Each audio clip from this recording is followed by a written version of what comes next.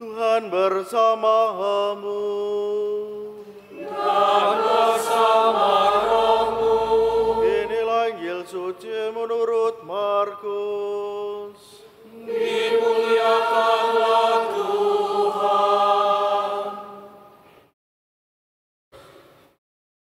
Sekeluarnya dari rumah ibadah di Kapernaum, Yesus bersama Yakobus dan Yohanes pergi ke rumah Simon dan Andreas.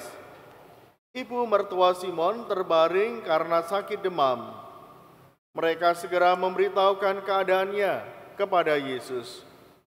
Ia pergi ke tempat perempuan itu, dan sambil memegang tangannya, ia membangunkan dia. Lalu lenyaplah demamnya. Kemudian perempuan itu melayani mereka. Menjelang malam, sesudah matahari terbenam, dibawalah kepada Yesus semua orang yang menderita sakit dan yang kerasukan setan. Seluruh penduduk kota itu pun berkerumun di depan pintu. Yesus menyembuhkan banyak orang yang menderita bermacam-macam penyakit dan mengusir banyak setan. Ia tidak memperbolehkan setan-setan itu berbicara, sebab mereka mengenal Dia. Keesokan harinya, waktu hari masih gelap, Yesus bangun dan pergi keluar. Ia pergi ke tempat yang terpencil dan berdoa di sana. Tetapi Simon dan kawan-kawannya mencari-cari Dia. Ketika menemukan Yesus, mereka berkata, "Semua orang mencari Engkau." Jawab Yesus, "Marilah kita pergi ke tempat lain, ke kota-kota sekitar sini, supaya di sana juga aku memberitakan Injil, karena untuk itu aku telah datang." Lalu pergilah Yesus ke seluruh Galilea, memberitakan Injil dalam rumah-rumah ibadat mereka dan mengusir setan-setan. Demikianlah Injil Tuhan. Terpujilah Kristus.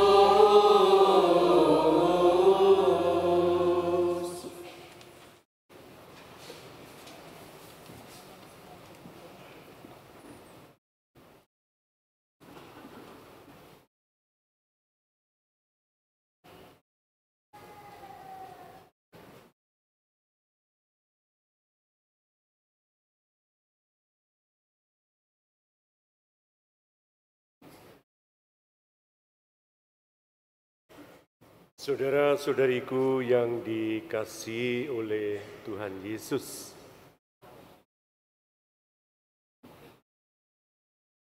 kalau ada orang tua kita yang wafat, semisal ibu atau ayah, wafatnya ibu dan ayah itu membuat para putra-putrinya berpikir, merenungkan untuk memahami lebih mendalam tentang siapa ibuku dan siapa ayahku. Saya mengenal misalnya satu dua orang yang sangat terpukul karena orang yang dicintai wafat.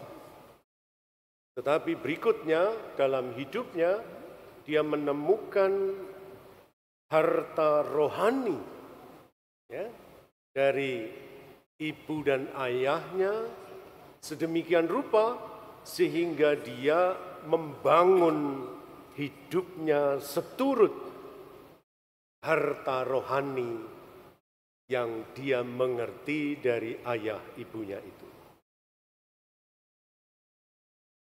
Hari ini, umat Katolik dari Gereja Santa Maria Tak Bercela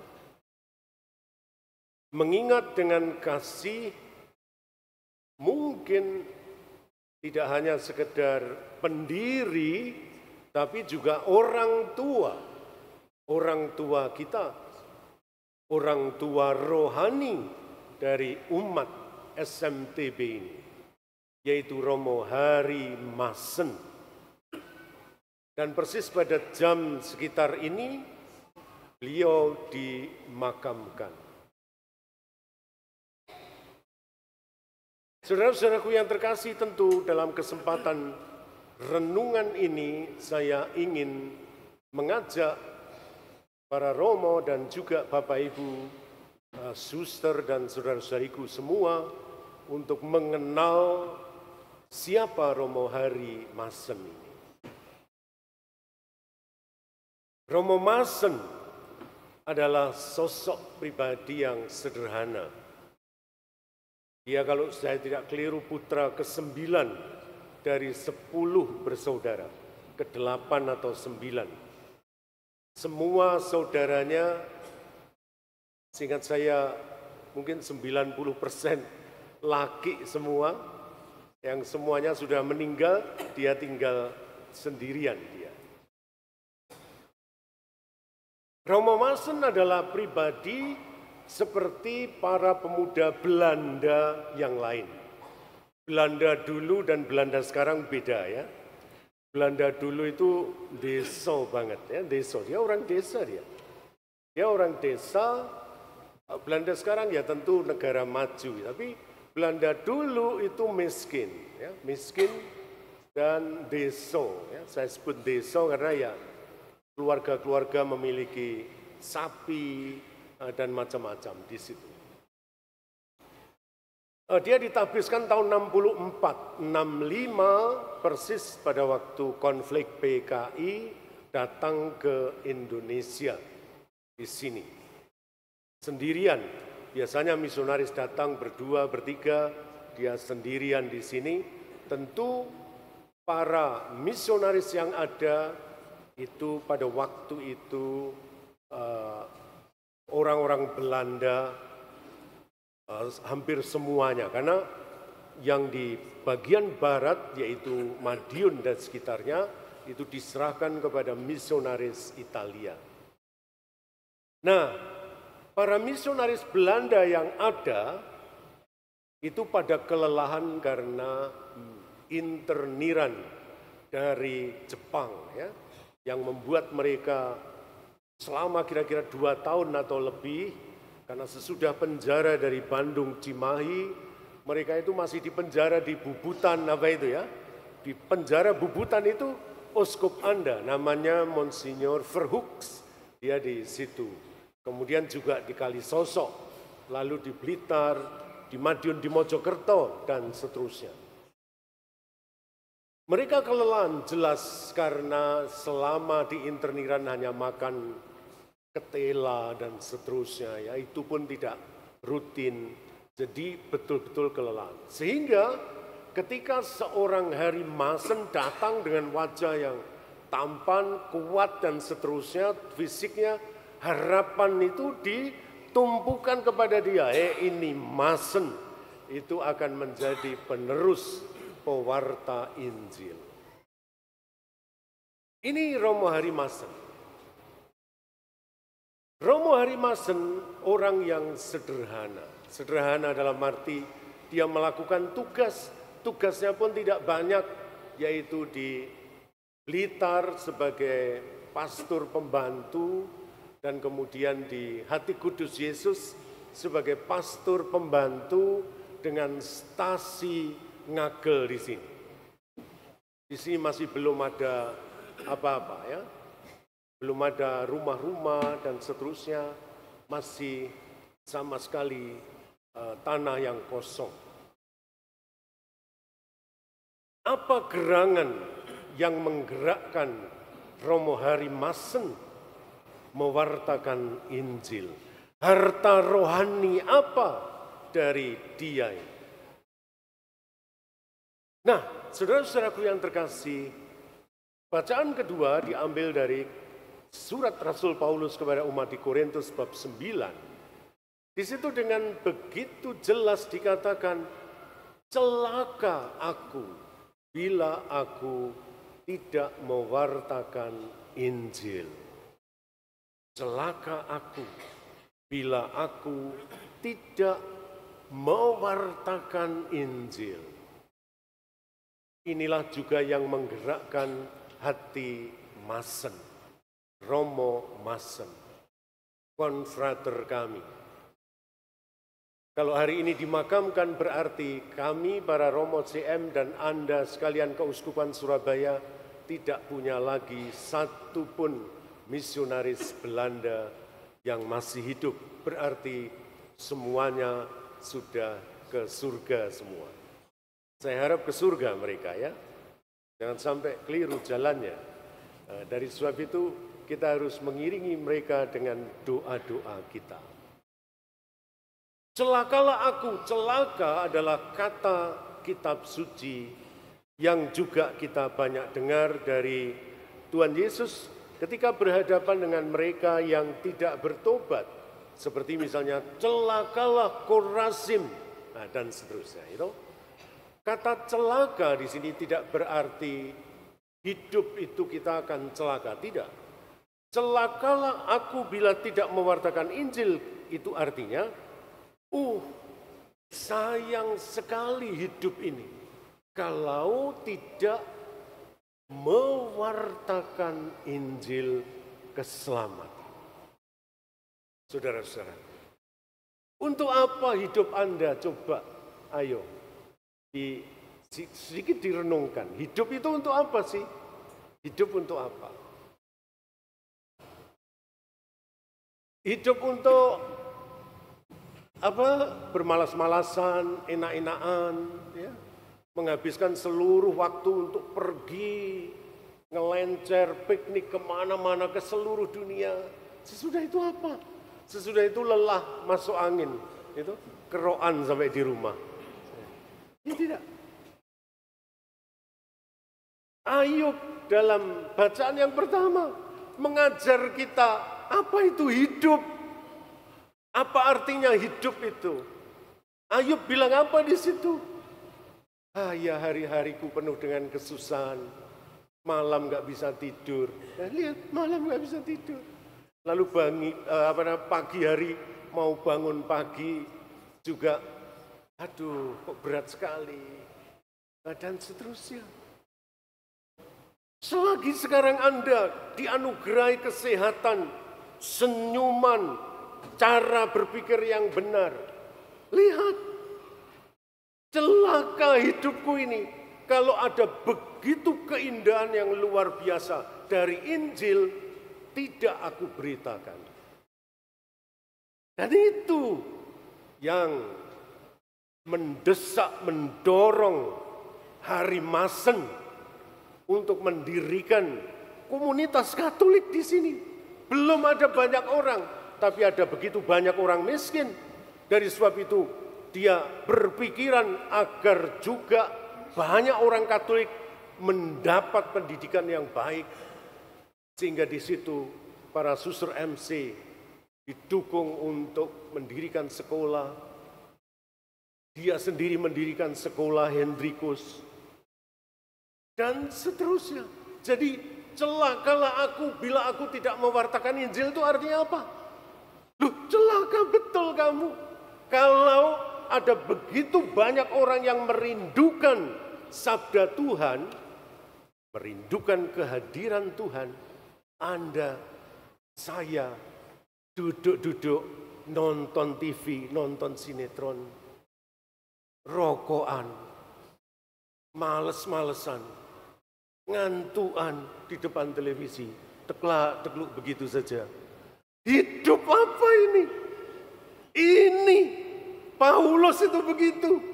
Dan ini yang menggerakkan Hari Masen untuk memaknai hidup bagi Tuhan dan orang lain. Saudara-saudaraku yang terkasih. Hari Masen satu dari ratusan misionaris di Indonesia dan sekitar 78 Romo-Romo CM di Indonesia. Semangat mereka luar biasa. Misalnya ada seorang bernama Romo Blondel, Romo Blondel, Blondel, seperti nama jajan, Blondel.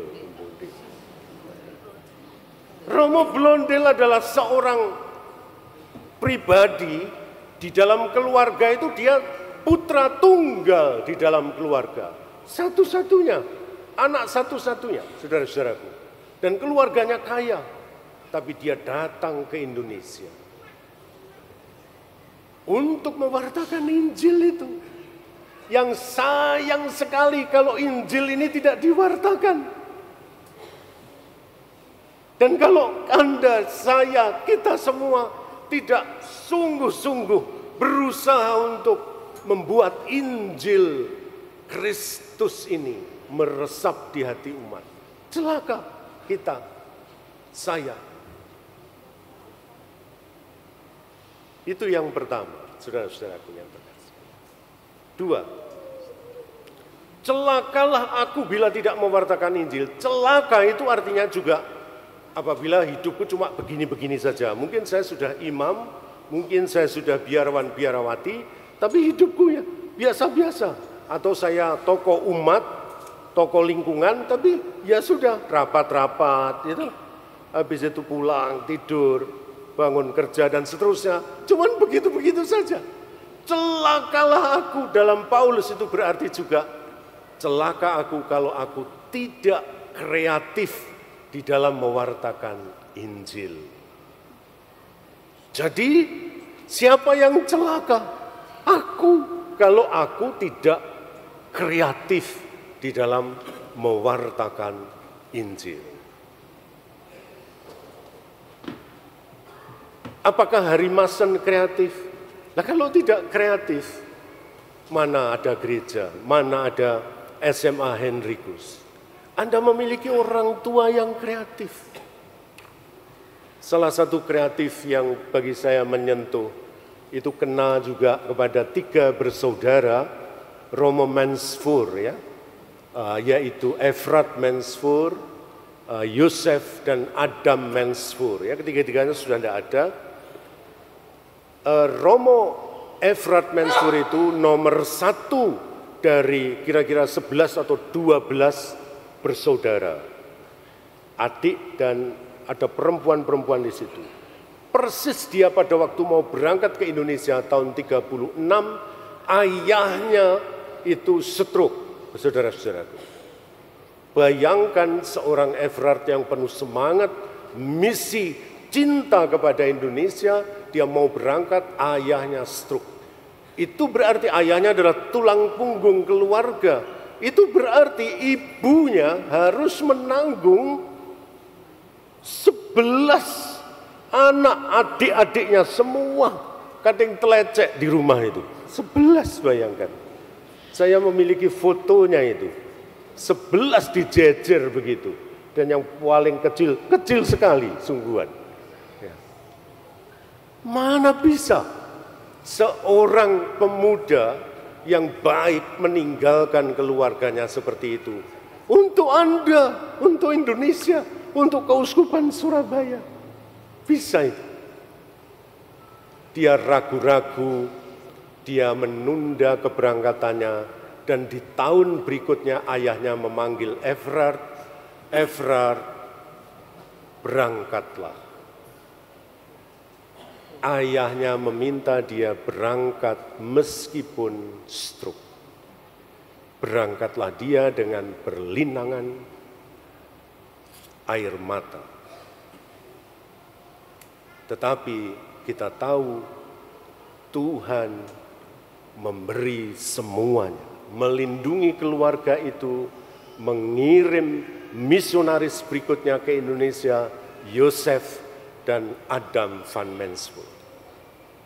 Saudara-saudaraku yang terkasih, misionaris ketika berkata dalam hatinya, celakalah aku bila aku tidak mewartakan Injil, mungkin juga itu berarti saya mesti berkorban untuk gereja, untuk Kristus. Mari saudara-saudaraku, Anda dan saya, Romo Novi, Romo Gigi, tidak hanya bersyukur kepada Tuhan, tidak hanya berdoa agar Romo Masen naik ke surga, tapi kita sendiri berubah, kita sendiri dibaharui. Bapak Ibu tidak boleh ragu dan cemas, kita harus kreatif dan siap berkorban untuk Injil. Sekali lagi, coba mari kita ucapkan, celakalah aku bila tidak mewartakan Injil. Bersama, celakalah aku. Kayaknya belum semua deh, sekali lagi. 1, 2, 3. Celakalah aku tidak mewartakan Injil. Tuhan memberkati kita.